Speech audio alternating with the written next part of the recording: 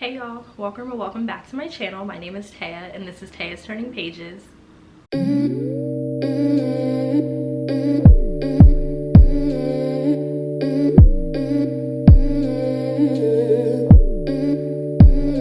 So before we get started with today's video, I just wanted to say Happy New Year. I am filming this on January 2nd, so I hope you guys had a happy, healthy, and safe holiday. And I'm just hoping that we all have a happy, healthy, and safe New Year, period. Point blank, period. So by the title of today's video, you can tell that this is going to be my January TBR. And I mentioned this in my December reading wrap-up. I will link that up above here or down below in the description box. But I did not have any structure for December. I had no structure. It was all vibes, to be honest. And it worked out for the most part, but at the same time I just felt like the reading month was off because I didn't have a set TBR that I was following. And even though I'm a mood reader, I don't know, I still like to have some type of structure, and I just did not have anything. So I didn't like that. We're not going to do that anymore, hopefully. And moving forward in the new year, I'm really going to try to stick to these TBRs my hardest. Like, that is, I think, my biggest problem with all of this, is that I just cannot stick to the books that I have set aside for the month, because I'm always finding new books, always finding other books on my shelves that just sound more appealing because I'm a mood reader. But again, structure, I need that. So we're gonna try to see if this works, and hoping that it doesn't backfire. So I am going to choose a set number of books, and I think that number is going to be 5 at the very minimum. So I feel like that's very doable for me considering my schedule and everything. But of course, if I can exceed that number, I definitely would like to, and I usually do, but I would like to, of course. But I think a set number of 5 minimum of selected books in a pile or like on a TBR cart, I'm going to really like focus on those and try to get those out of the way, you know, during the month. Now, I'm not going to read them back to back to back to back because that's just probably not going to be fun, but I am going to like have those 5 and just really hold myself accountable and make sure that I read those before the month is over. So yes, with all of that out of the way, let's get started. I am participating in Books and Lala's Buzzword Reading Challenge of the year, and the first prompt for the month of January is reading a book that has either who, what, when, where, why, or how in the title. And so I chose a nonfiction read because it's been sitting on my bookshelf for a minute, and it is Men Who Hate Women: From Incels to Pickup Artists, The Truth About Extreme Misogyny and How It Affects Us All by Laura Bates. So this has been sitting on my bookshelf, like I said, for a minute now. I actually saw this book in Jordan Teresa's internet analysis video where she talks about the nice guy. So I will link that down below just in case you're interested and you want to learn more about the context of why she used this book.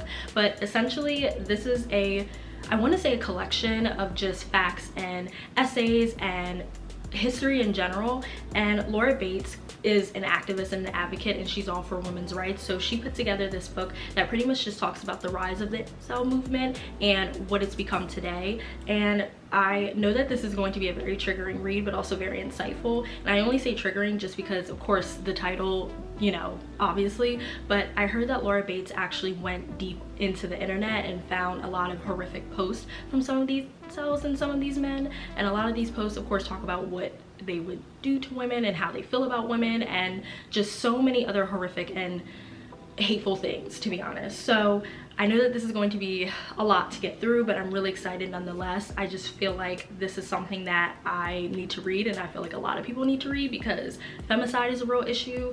There is an epidemic of violence against women, and I just think that these type of discussions are very important to have because we have to figure out how we're going to combat these issues. So cannot wait to read this one. This is only about 300 and something pages, which is really nice. Half of these pages in the back are honestly sources, so I know I'm going to be annotating this, tabbing this, highlighting it, underlining everything you can think of, because I know that there are so many critical and vital notes in here that I would like to reference back to. And I also just want to educate myself more on these type of topics, so that way I can have an actual, you know, discussion with someone if it presents itself. So yes, cannot wait to read this one. So another book that I definitely plan on getting to this month is The Last Flight by Julie Clark, and this is a thriller, and I'm actually buddy reading this with one of my Bookstagram friends named Angela. And I'm actually happy that we're buddy reading this because this plot does sound a bit convoluted, and this will be my first buddy read, so woo.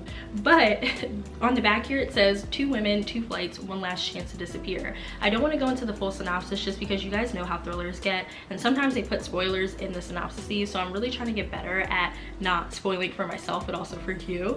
But I will say that this does sound very interesting because, like the little blurb here says, 2 women decide to switch lives, I'm pretty sure, and I think one of the women actually has an emotionally abusive husband, so she decides to switch lives and with this other woman, and I'm not sure what the other woman is getting out of this and why she decides to switch, but I know that something bad happens to one of them and the story pretty much takes off from there. So I've heard nothing but great things about this book. I've seen a lot of people on Bookstagram in particular praise this and talk about it, and I just can't wait to get to it. I like ran to Target one day and found this and I was like, oh my goodness, I have to read this because it just sounds so good. So yes, y'all know I love me a good convoluted thriller. The next book that I have here, I actually don't have the physical copy yet, which is really annoying because USPS is playing with my life, but I am already reading it on my iPad because I just couldn't wait any longer. But it is called The Night Stalker, The Life and Crimes of Richard Ramirez by Philip Carlo. So the title pretty much gives it away. This is a book that talks about the notorious serial killer Richard Ramirez, aka the Night Stalker, aka the Valley Intruder.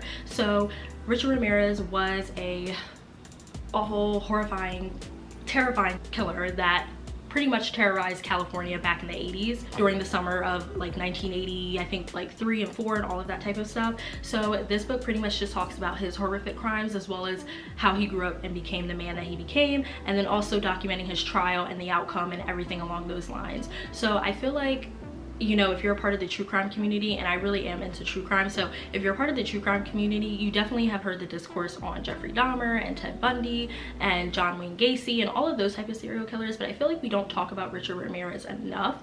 I know when Netflix dropped the Night Stalker documentary, that pretty much caused a spike, I feel like, in conversations about him, but I feel like it died down a bit and we still don't talk about him enough, especially in comparison to Ted Bundy. And I just feel like we should, because this guy was the real life boogeyman, and I think out of all of them, he pretty much terrifies me the most to my core.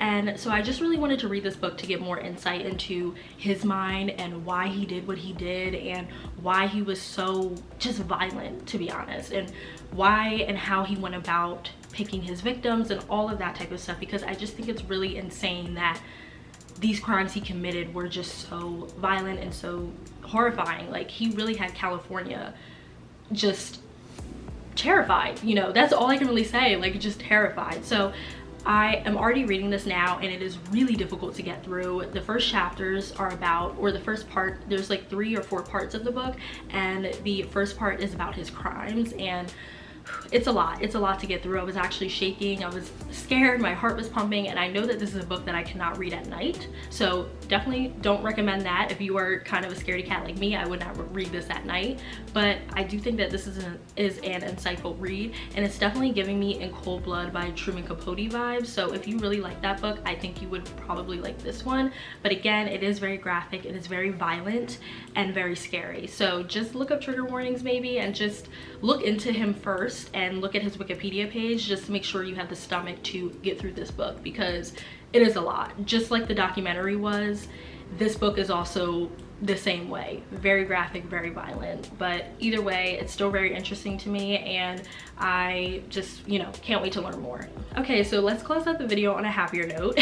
We're gonna talk about 2 romances that I plan on reading in the month of January. So the next book that I have here is Take a Hint, Danny Brown by Talia Hibbert. So I don't really know too much about this book, but on the back here it does say that Danny, or Danica Brown, is a professional and academic woman. So she is a PhD student, I'm pretty sure, and she works in this building with this guy, so our love interest, Zafir, and I'm not really sure in what capacity. Like, he's a security guard, but I'm not sure if him and Danny ever spoken to each other or if they really know each other that well, but something happens where they get thrown together, and I think they're in this fake dating situation, and they start to get to know each other more, or start to at least talk to each other, because again, I don't know what their status is, you know, prior to this event taking place, but they start to get to know each other more, sparks start to fly, and the story pretty much takes off from there. So I've heard nothing but great things about this book, and I've heard nothing but great things about Talia Hibbert's Brown Sisters trilogy in general. I feel like everyone is always raving about this and talking about it, so I cannot wait to get into this one. I heard that the smut in this is also really good,